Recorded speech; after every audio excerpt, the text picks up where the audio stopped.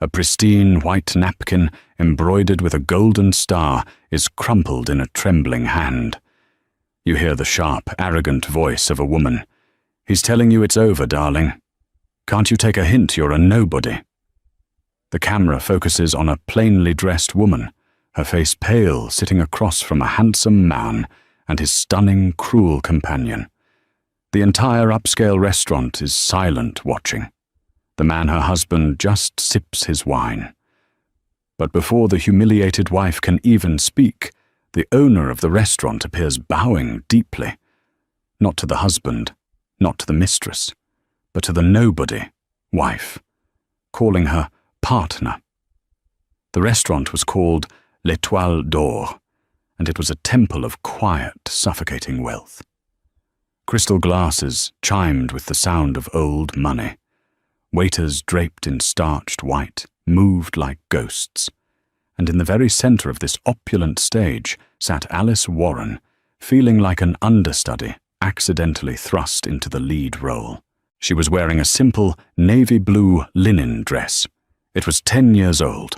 It was the dress she'd worn on her first real date with Mark, back when he was an ambitious associate with more charm than cash, and she was a junior analyst who loved his laugh. Now the dress felt thin, its simplicity a stark contrast to the diamond-draped women at the surrounding tables. Tonight was their 15th wedding anniversary. Mark had texted her that afternoon. "L'Étoile d'Or, 8 p.m. Don't be late." It was the first time in 3 years he'd acknowledged their anniversary at all. Alice's heart, a small, hopeful bird, had dared to take flight. Maybe this was it. Maybe the coldness, the late nights, at the office, the scent of unfamiliar, expensive perfume on his suits. Maybe it was all just a phase. Maybe he'd finally seen the value in their shared history, in the quiet, steady home she had built for him. She had spent her life becoming the perfect support system. When Mark's company, Thorn Industries, started to take off, she'd quit her own promising career in finance at his request. "I need you, Alice," he'd said. "I need a stable foundation. You're my rock." So she became a rock, immovable, quiet, and slowly over the years worn smooth by his growing indifference. He was the CEO, the rainmaker, the one who attended galas and flew to Zurich. She was the one who managed the house, paid the surprisingly complex household bills, and volunteered at the city library. A nobody, as one of Mark's new flashy friends had once whispered at a disastrous Christmas party, just loud enough for Alice to hear. A waiter approached his smile, painfully polite.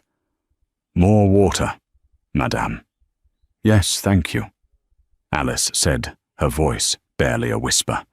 He filled her glass, his eyes flicking for a brief second to her bare wrists, then to the heavy gold-laden arm of the woman at the next table, a certain Mrs. Davenport, a titan of city real estate. Alice shrank a little further into her chair.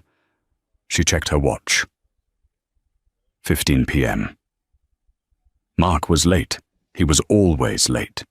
She traced the small embroidered star on the linen napkin. L'Étoile d'Or.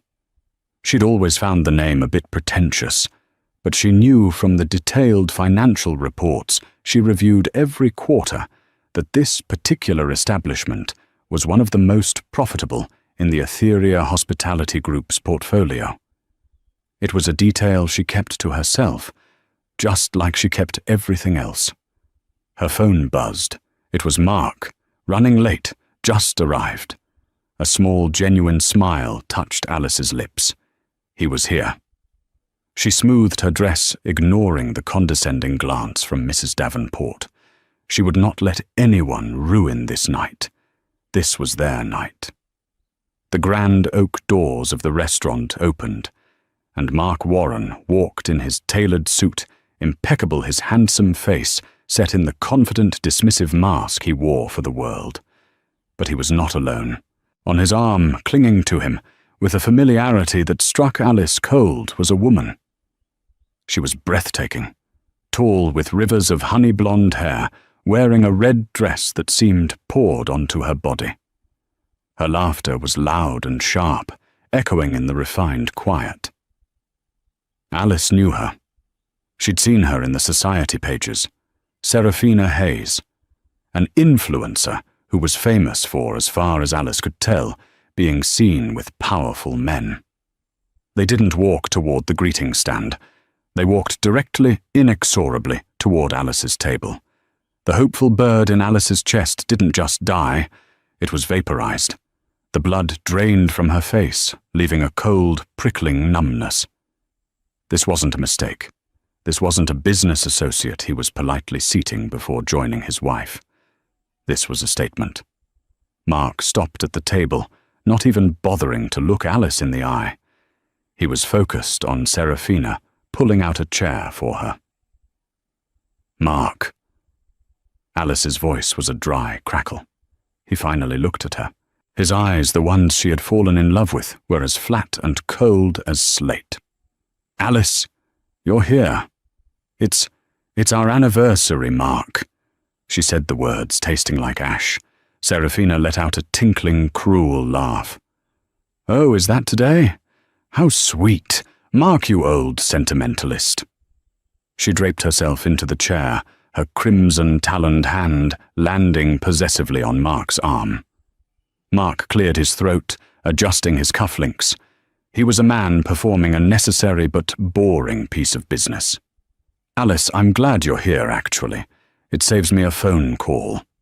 Serafina and we're together." The restaurant, which had been humming with quiet conversation, began to fall silent. The tables nearby were pretending not to listen, which meant they were hanging on every word. Mrs. Davenport had frozen her champagne flute halfway to her lips. "Together." Alice repeated the word nonsensical. "Don't make this difficult." Mark snapped his voice low. "It's been over for years, you know that. We're just roommates. I'm filing for divorce." "You're filing?" Alice's mind was spinning. The prenup, the clauses. She had spent years meticulously structuring her life, her hidden life, around that document. A document that was ironclad, provided she wasn't the one to file. He had just made a terrible, terrible mistake. But the shock was too great for that realization to offer any comfort. "Of course he's filing." Serafina cut in her voice like broken glass. She leaned across the table, her expensive perfume washing over Alice in a sickening wave. She looked Alice up and down from her 10-year-old dress to her sensible low-heeled shoes. The disdain in her eyes was absolute. "Look at you," Serafina said, her voice carrying across the silent room. "Just sitting here waiting for him. Did you really think he was going to celebrate with this?" She gestured to Alice. Alice was frozen, her hands gripping the napkin. She could feel dozens of eyes on her. "He's telling you it's over, darling," Serafina continued, emboldened by Alice's silence. "Can't you take a hint? He wants a woman, not a housekeeper. You're a nobody." Nobody. The word hung in the air, vibrating with cruelty. Mark did nothing. He didn't defend her. He didn't even flinch. He just signaled for a waiter. "We'll need another bottle of the Veuve Clicquot." Alice felt the tears coming hot and stinging. She had been humiliated, discarded, and dismissed in the most public way possible. She was a rock, all right, one he had just kicked out of his path without a second glance. She fumbled for her purse, her only thought to get out, to run, to hide. "You're not a nobody, Mrs. Warren." The voice was new. It was deep calm and carried an authority that instantly silenced even Serafina's smug breathing. Alice looked up, her vision blurred. Standing beside their table was a man in a flawless black suit. He was not a waiter. He was older, with silvering hair at his temples and the sharp, intelligent eyes of a hawk. His name was Mr. Giraud. Alice knew him, but not from here. Mark, annoyed by the interruption, looked up. "Excuse me, we're in the middle of something. Go get the manager." Mr. Giraud's lips twitched in a smile that held no humor. "There is no need. I am he." Serafina scoffed. "Well, manager, we're having a private conversation. Run along and get our champagne."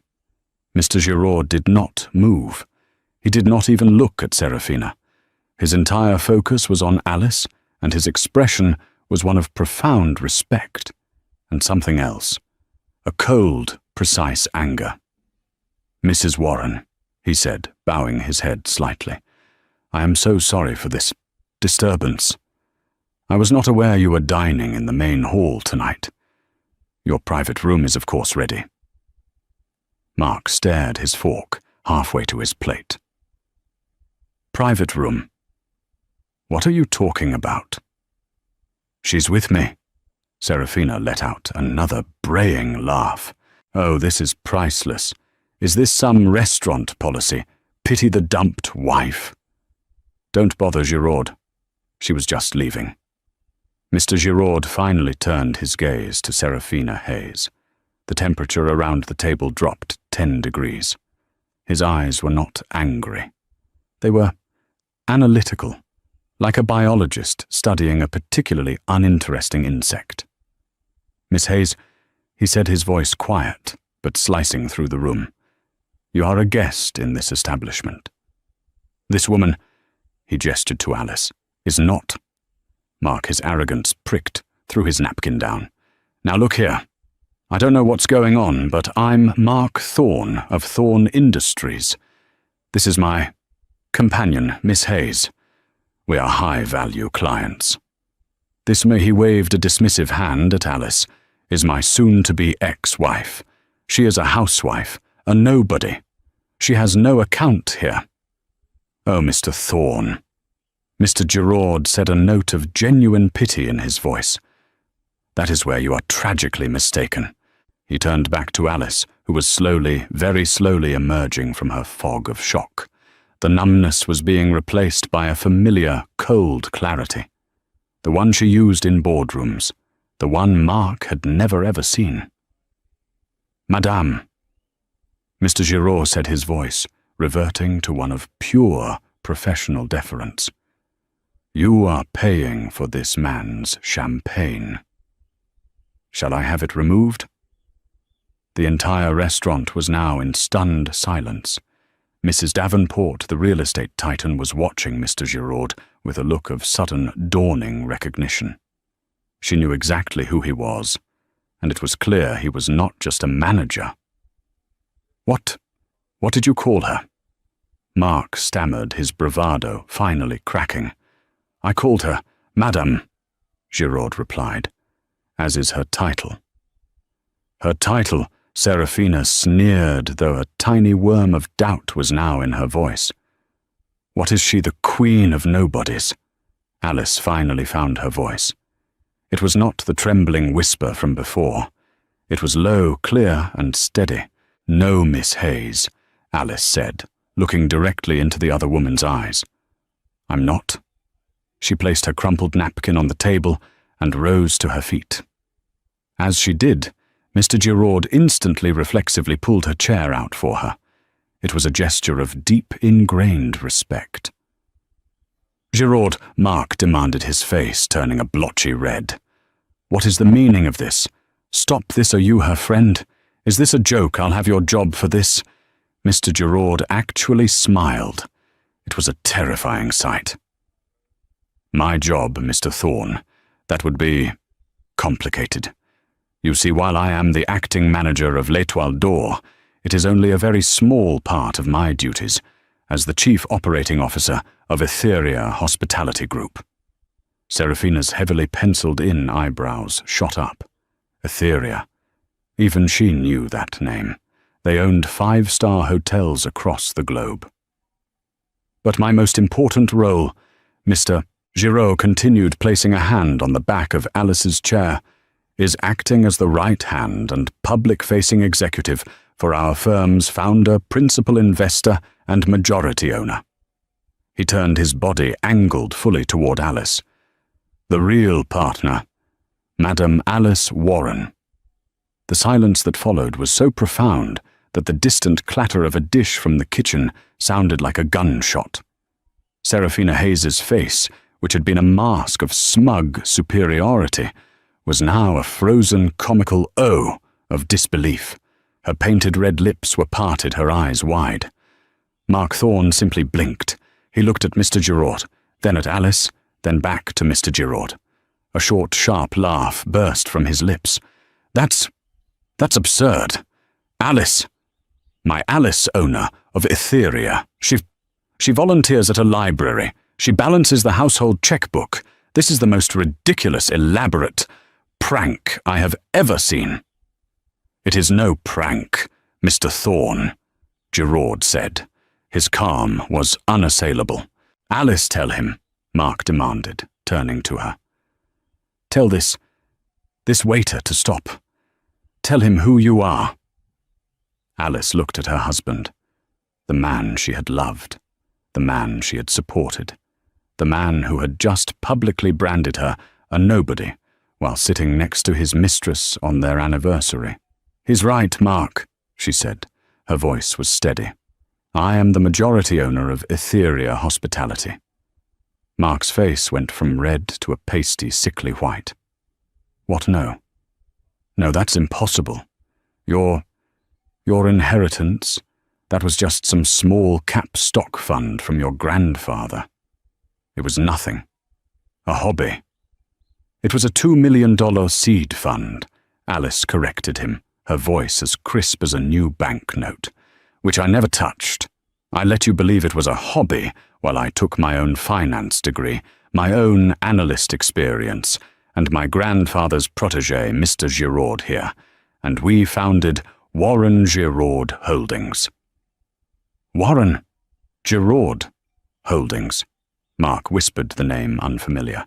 We are a private equity firm. Mr. Thorne Giraud supplied his tone, positively gleeful. We specialize in high-end hospitality and distressed commercial real estate. Etheria Group is simply our largest and most public-facing subsidiary. L'Etoile d'Or is just, I suppose you'd call it a pet project. A very, very profitable one. Mrs. Davenport, the real estate mogul at the next table, suddenly spoke, her voice ringing with newfound respect. Warren Giraud, your AW. Warren, the one who bought the St. Regis portfolio out from under my team last month. Good God. Alice inclined her head politely. Mrs. Davenport, a pleasure to finally put a face to the name. Your bid was very spirited. Mrs. Davenport looked from the unassuming woman in the linen dress to the apoplectic man and his gaudy mistress. She raised her glass. To A.W. Warren. Mark was reeling, his world tilting on its axis. But my company, Thorne Industries. I'm successful. I built that. I did that. Yes, you did, Alice said. You built a moderately successful logistics company. But you've been over-leveraged for 2 years, Mark. You've been making reckless expansion choices, trying to fund a lifestyle you couldn't afford. How would you know that? He stammered. Mr. Thorne. Giraud interjected. Who do you think holds the lease on your new corporate headquarters on Park Avenue, the one you signed last year, to project success? Mark's blood ran cold. And your company's primary line of credit, Alice continued, her voice devoid of all emotion. The one that keeps you liquid, the one that covers your payroll every month. Which bank holds that paper? Mark, Metropolitan Merchant Bank, he whispered. A small boutique bank, Giraud said. Acquired by Warren Giraud Holdings 18 months ago. We have been, Mr. Thorne, quite literally the only thing keeping your company from imploding for the last year and a half. My partner, he nodded at Alice, is a very patient woman. Serafina's face had gone from disbelief to calculations. She was looking at Alice with a new, hungry light. She slid her hand off Mark's arm. So, Alice said, stepping away from the table, while you were busy with... Miss Hayes, I was busy running an empire you live in, an empire you work in, and an empire that until tonight was subsidizing your entire life. The revelation hung in the air, thick and heavy. Mark Thorne was not just a cheating husband, he was a fool, a kept man who didn't even know who was keeping him. But why? Mark's voice was barely a croak. Why all this deception? For years, the library, the old car. You drive a 12-year-old sedan. It's a very reliable sedan, Alice said coolly, and it doesn't attract attention, which is the point. She turned her gaze, sweeping the room, then landing back on him. I didn't do it to deceive you, Mark. I did it to protect myself. And for a very long time to protect you. Protect me, he scoffed, a flicker of his old arrogance returning. Yes, when you started Thorne Industries, you were brilliant. You were hungry. But when the first wave of success hit, you changed. You became this. She gestured to the scene. This man who needs the flashy car, the flashy woman, the trophy life. You became arrogant, and arrogant men make mistakes. He sputtered. You also insisted on a prenuptial agreement when we got married, Alice continued. You were the one making more money then from your father's firm. You wanted to protect your assets. And it does, Mark snarled. It protects my company. You get the house, and that's it. Alice almost laughed. Oh, Mark, you really should read the documents your lawyers draft. The prenup is very specific. It has an infidelity clause, a strong one. If you are proven to be unfaithful, you would forfeit any and all claim to my assets. But if I filed for divorce, for any other reason, my assets, or what you perceived as my assets, would be split 50-50. The pieces began to click into place in Mark's horrified mind. You knew, he whispered. You've known for how long? About Miss Hayes, 6 months, Alice replied. About the woman before her in Zurich a year. I have photographs, bank transfers, hotel receipts. I have a very thorough legal team, Mark. I wasn't a nobody housewife. I was a CEO gathering data. For 2 years, Giraud added, my partner has been waiting. She wanted to give you a chance to come clean, to be the man she married.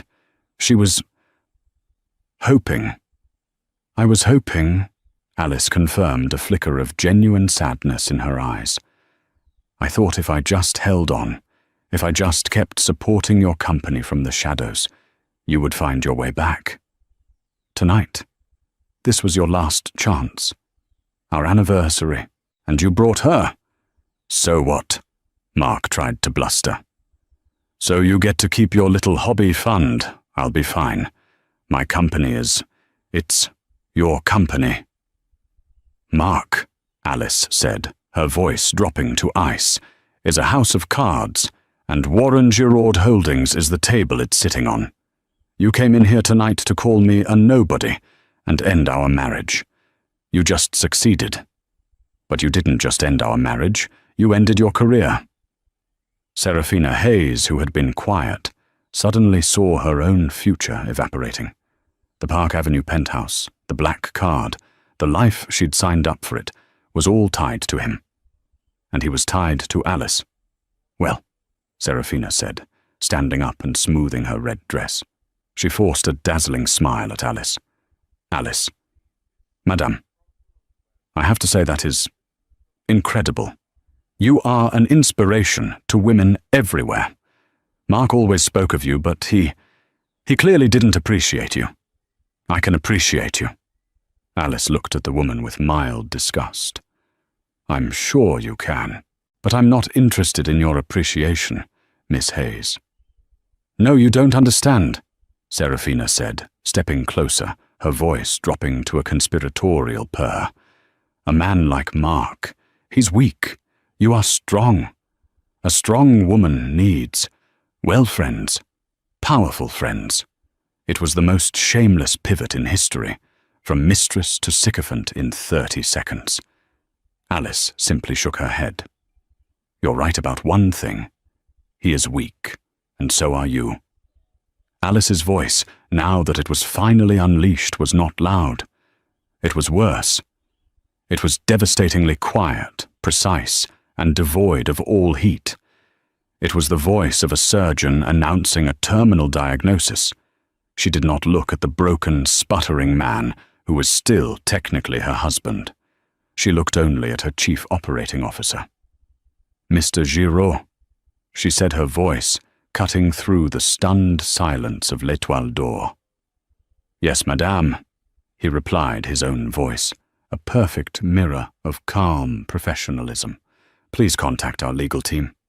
The senior partners. I want them awakened if necessary. Inform them that the infidelity clause of my prenuptial agreement is to be invoked immediately. Mark's head snapped up. Infidelity. You can't prove.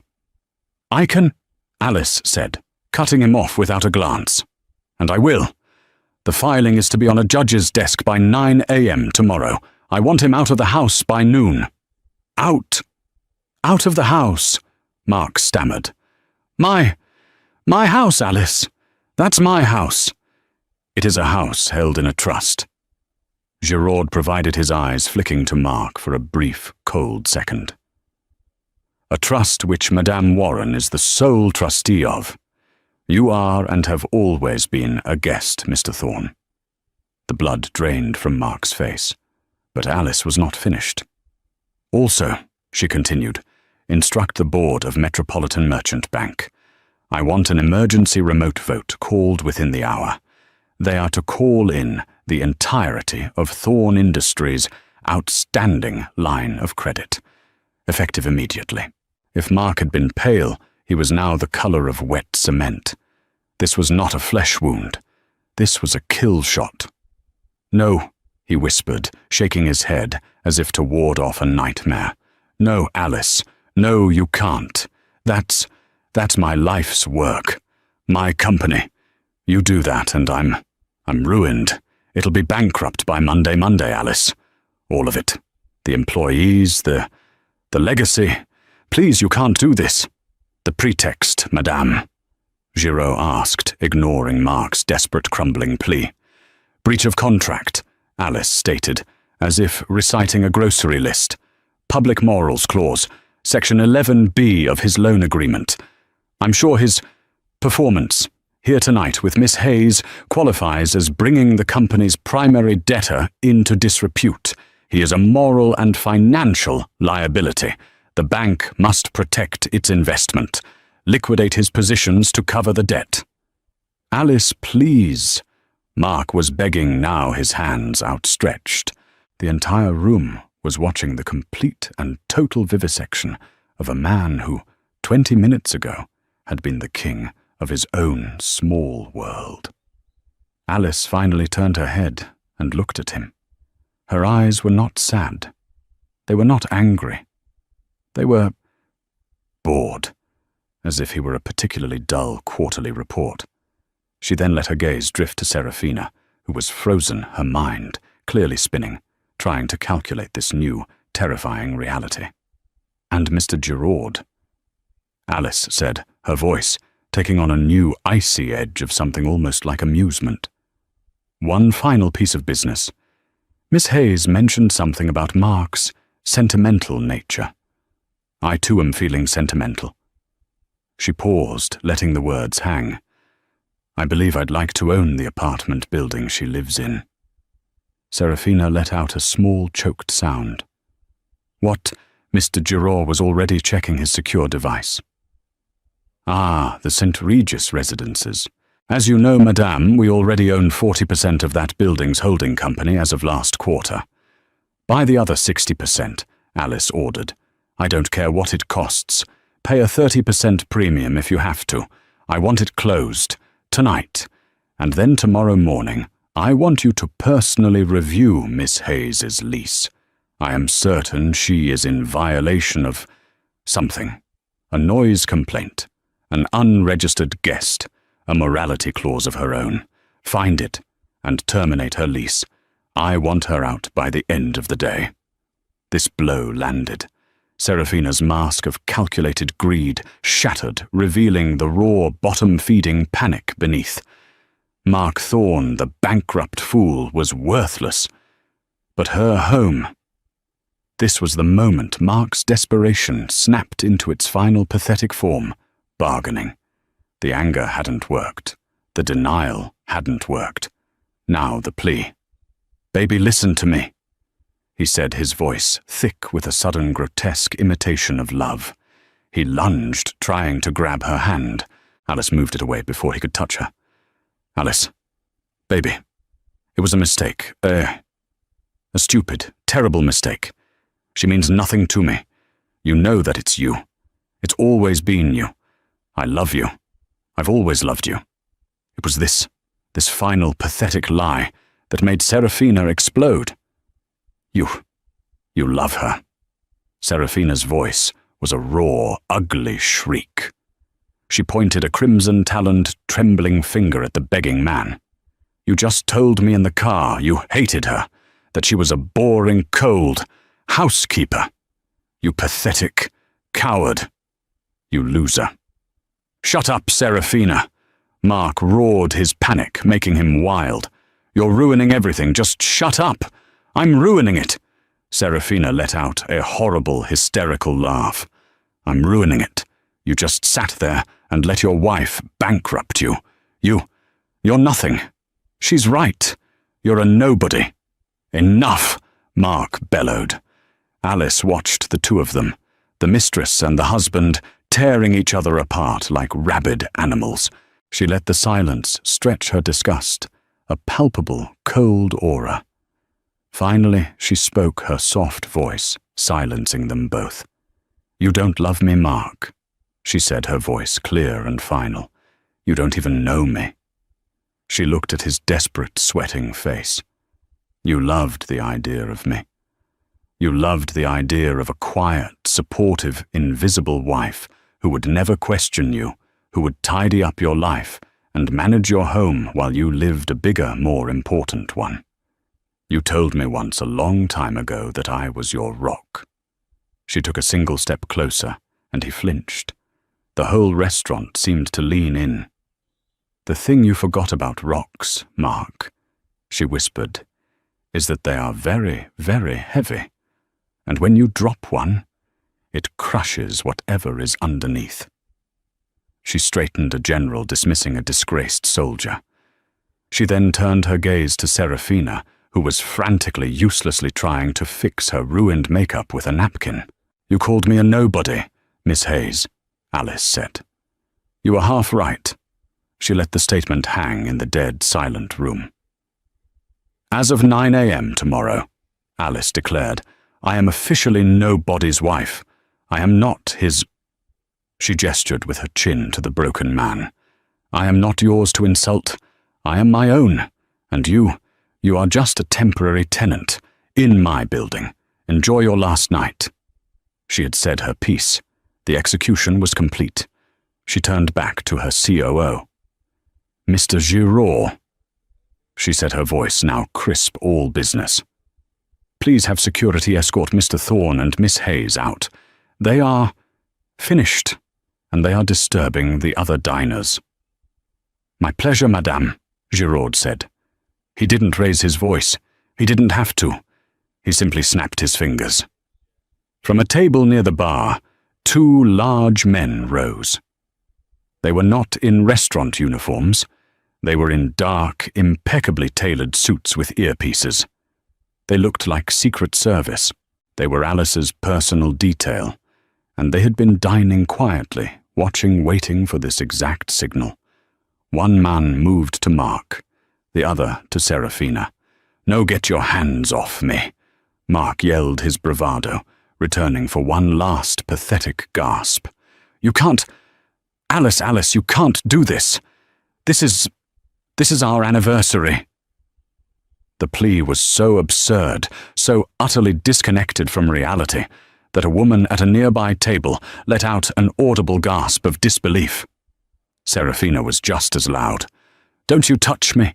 Do you know who I am? I'll sue you. I'll sue this restaurant. I'll sue her." The security man didn't flinch.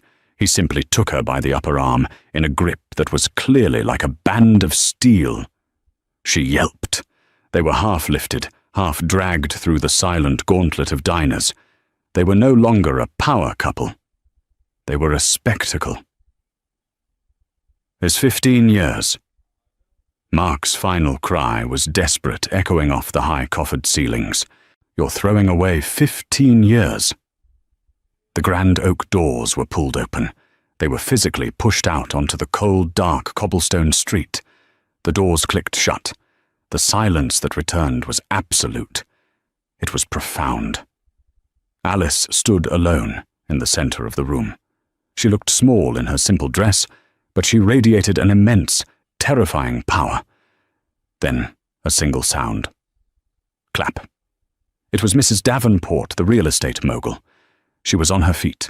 Her face, framed by severe silver hair, was not smiling. It was a mask of pure, unadulterated respect. Clap, clap, clap.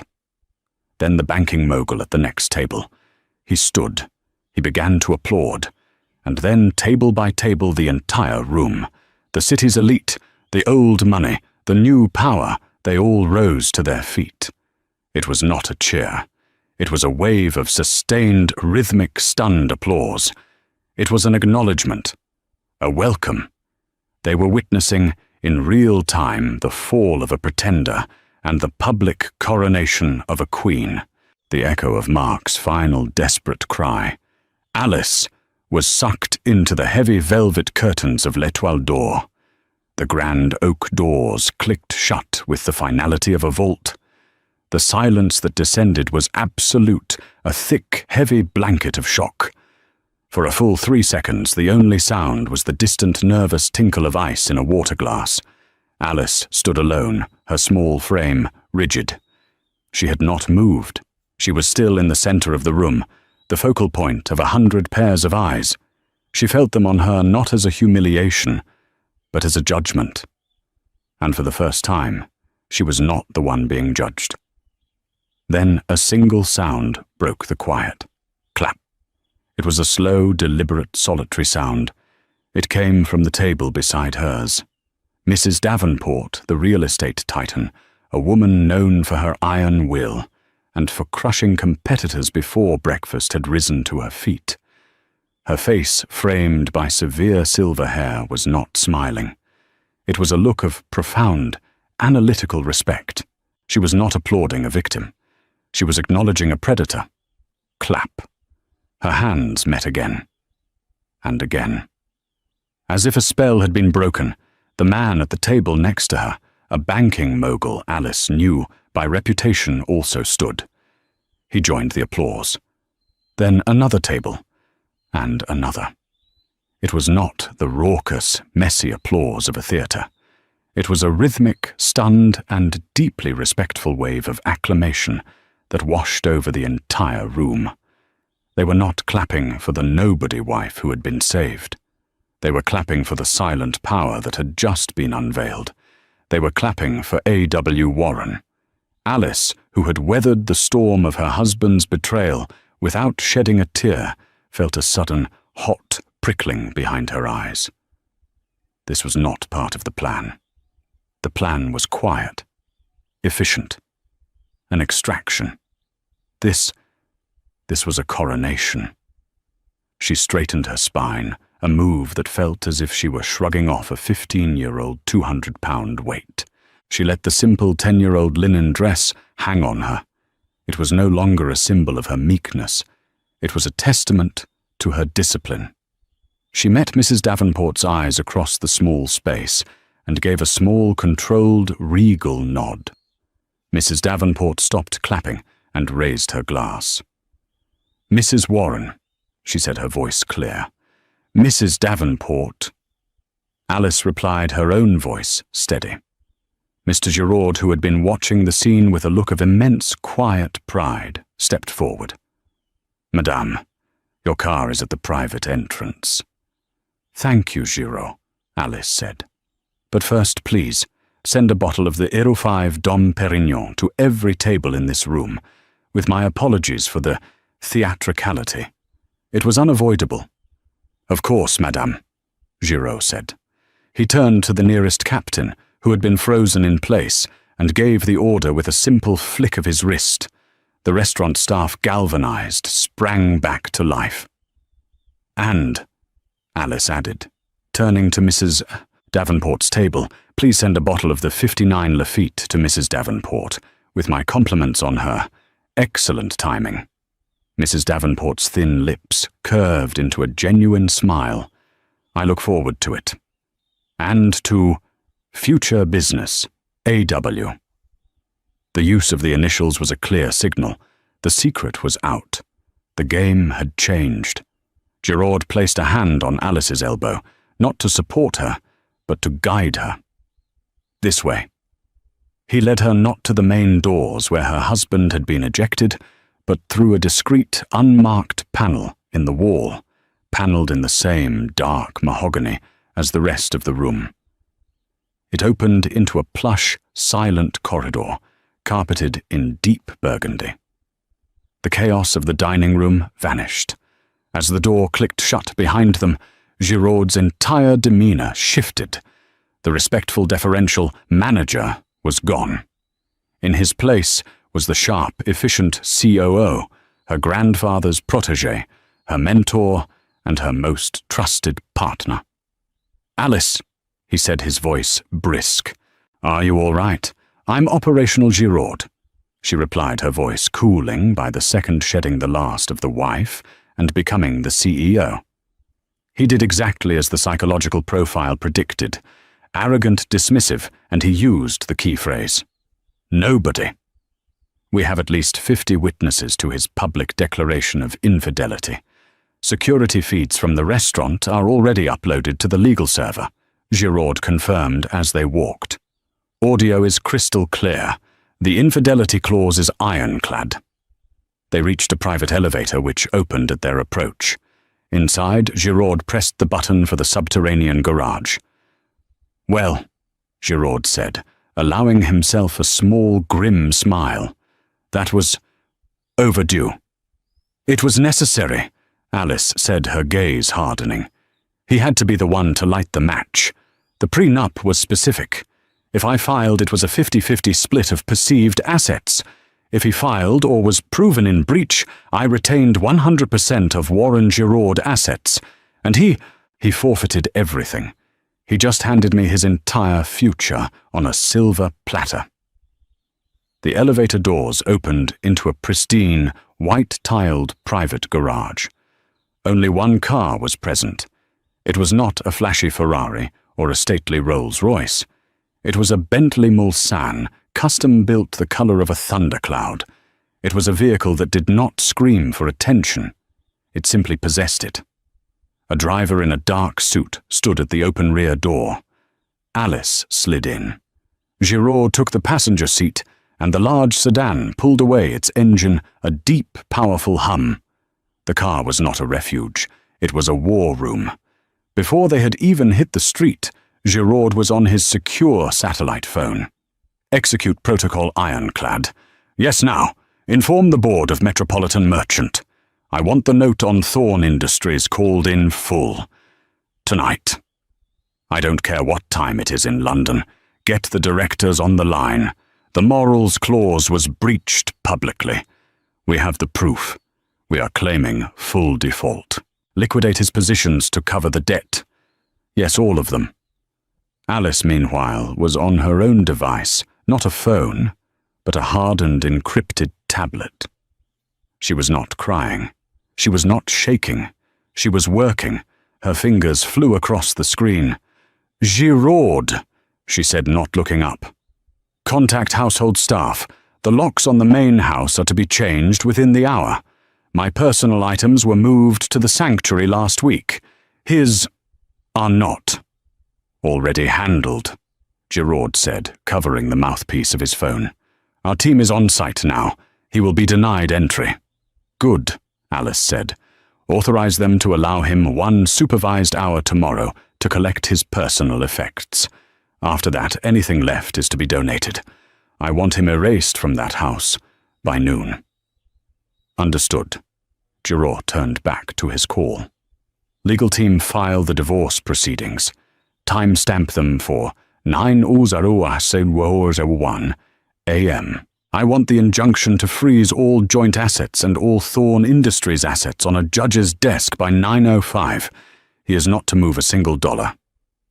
Alice closed her eyes for a moment, not in pain, but in calculation. She remembered Mark 15 years ago, all charm and ambition, promising her the world. She had loved him. She truly had.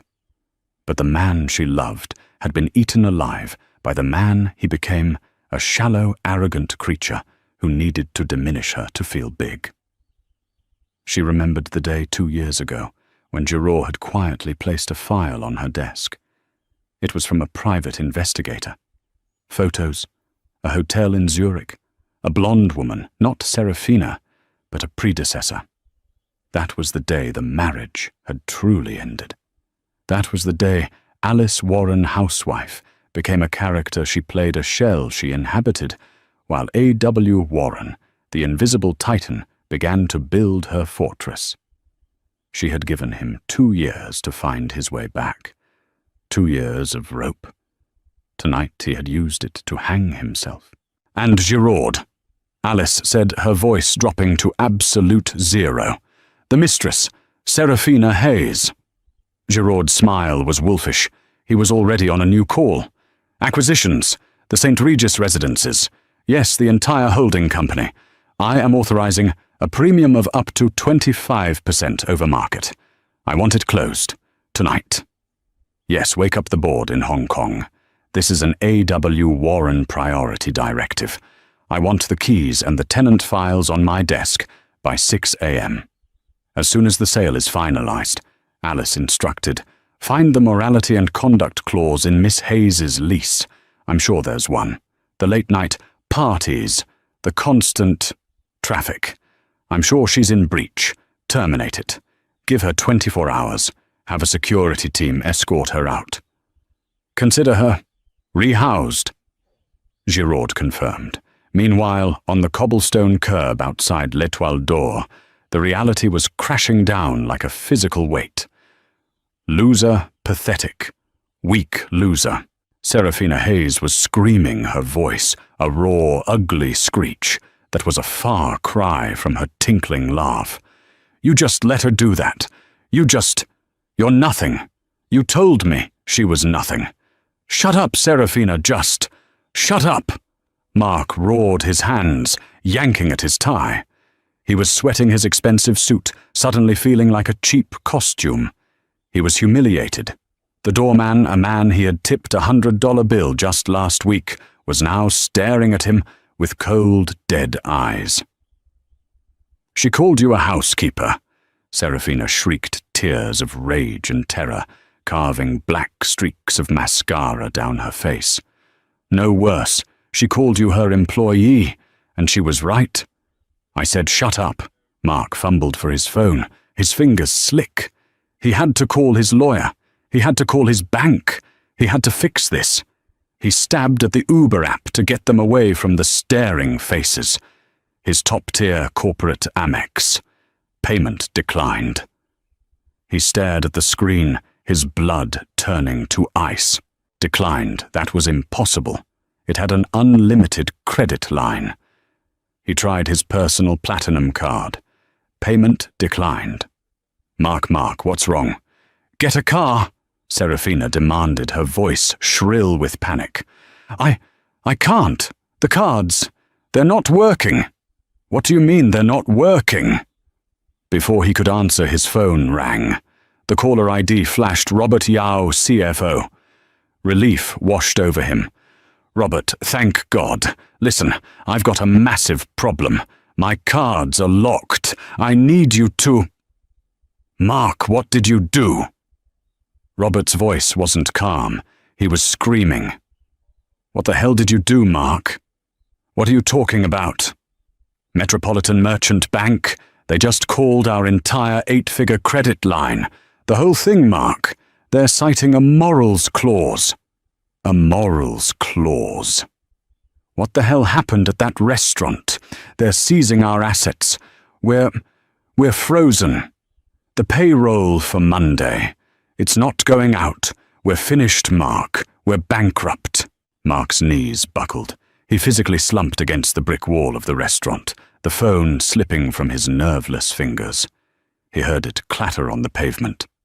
Bankrupt. Finished. He looked at his hands, the hands of a rainmaker. A titan. He was a nobody. Serafina was watching his face, her own a mask of dawning horror. Her future, the penthouse, the black card. It was all evaporating. Her phone buzzed. An email from St. Regis, New Ownership LLC, subject notice of immediate lease termination. She read the first line. Pursuant to clauses 14B and 21A of your lease agreement, violation of building conduct and morality policies, you are hereby given 24 hours to vacate the premises. No, she whispered. No, this is a mistake. She frantically dialed the building manager, a man she had wrapped around her little finger. Miss Hayes. His voice was cold, professional, and utterly unfamiliar. I'm sorry. The building was sold approximately 45 minutes ago. The new ownership is extremely particular. Your lease has been terminated effective immediately. A security team will be at your door at 9 a.m. tomorrow to escort you and any personal belongings from the property. You can't, she screamed. I have rights. You have 24 hours, Miss Hayes. Good evening. The line went dead. She looked at the broken, ashen-faced man sliding down the wall. She looked at her own phone. She was locked out. He was broke. She let out a single guttural sob of pure, undiluted despair. She was toxic, tied to a broke, humiliated fool. No one would touch her now. Alice Warren hadn't just divorced her husband. She had scorched the earth around them both. The Bentley Mulsanne didn't go to the grand Georgian mansion Mark thought of as home. It slipped into the city, pulling into a private, guarded subterranean garage beneath a sleek, anonymous glass tower. An elevator opened directly into a sprawling penthouse. It was nothing like the house. The house was filled with heavy, dark wood hunting tapestries and Mark's ego. This place was light, airy, and powerful, minimalist with walls of glass offering a 360-degree view of the city. It was filled not with clutter, but with priceless modern art. This was Alice's real home, the sanctuary he never knew existed. She stepped out of the elevator, and the 10-year-old linen dress suddenly looked like a deliberate artistic choice in the hyper-modern setting. Giraud was already there, a tablet in hand, a fresh espresso waiting for her on a marble console. Status, she said, taking the cup. Legal has filed, Giraud reported. The judge on call has already signed the injunction. All assets are frozen. Thorn Industries is for all intents and purposes defunct as of 9:30 p.m. The house. Locks are changed. Our team leader reported Mr. Thorn arrived 20 minutes ago. He was denied entry. He made a scene. The local police were called. He was cautioned for trespassing and left on foot. Alice took a sip. Good. And Miss Hayes. The St. Regis acquisition is complete. It cost a 22% premium as projected. She has been served her notice. She also made a scene. Let her, Alice said, walking toward the vast wall of glass. She looked down at the city lights. Her city. She had been invisible for so long, moving billions from the shadows, all while playing the part of the quiet, supportive wife. The mask was finally off. Her tablet chimed, an alert. Giraud looked at his own. Ah, it seems Mrs. Davenport works as fast as we do. She's officially withdrawn her bid on the waterfront project. Alice turned a small, genuine smile touching her lips for the first time. She has, indeed. Her senior aide sent a secured message to my office. And I quote, "Mrs. Davenport has no interest in a bidding war with A.W. Warren and would like to propose a joint venture instead." She's already forwarded the prospectus. Giraud paused, walking to a hidden wine refrigerator. He retrieved a single bottle. She also sent this via courier to A.W. Warren at this address. A 1959 Lafitte. Alice laughed, a real clear musical laugh that echoed in the vast open room. It seems she speaks the language. She knew the address. A smart woman, Giraud agreed. She recognizes real power. Set a meeting with her for Monday, Giraud. Send her a case of the 05 Dom in return. A gesture of shared theatricality. Yes, Alice. She unzipped the blue linen dress, letting it fall to the floor in a simple, discarded pile. She stood in a simple silk slip, looking out at the empire she had built in silence. She was not a nobody. She was not nobody's wife. "Oh, and Giraud," she said, turning back. "Yes. Call the community library, the volunteer program I work with. I want you to book a 2-week all-expenses-paid vacation for the entire staff to our new resort in Palm Beach. They've been wonderful friends." Giraud smiled a true smile of affection for the woman he had known since she was a girl. "Right away, Alice. Welcome home." Alice nodded, taking another sip of her espresso, watching the lights of the city glitter like jewels. Her jewels. The old life was over. The real one was just beginning. And so Alice Warren proved that the loudest voice in the room is rarely the most powerful. While her husband and his mistress were busy performing for an audience, Alice was a true partner, the owner of the entire theatre. She didn't need to shout about her worth, because her success built in silence and with precision spoke for itself. In the end, it wasn't just a restaurant that belonged to her. It was her own life, which she took back in one single devastating move. What did you think of Alice's incredible story? Have you ever seen someone so underestimated prove everyone wrong in such a spectacular way? Let us know your favorite part of this story in the comments below. Did you see the twist coming? If you loved this video, please show your support by hitting that like button, sharing it with someone who needs to hear this message, and most importantly, subscribe to our channel for more real-life drama and powerful stories every single week. We see you, and we appreciate you.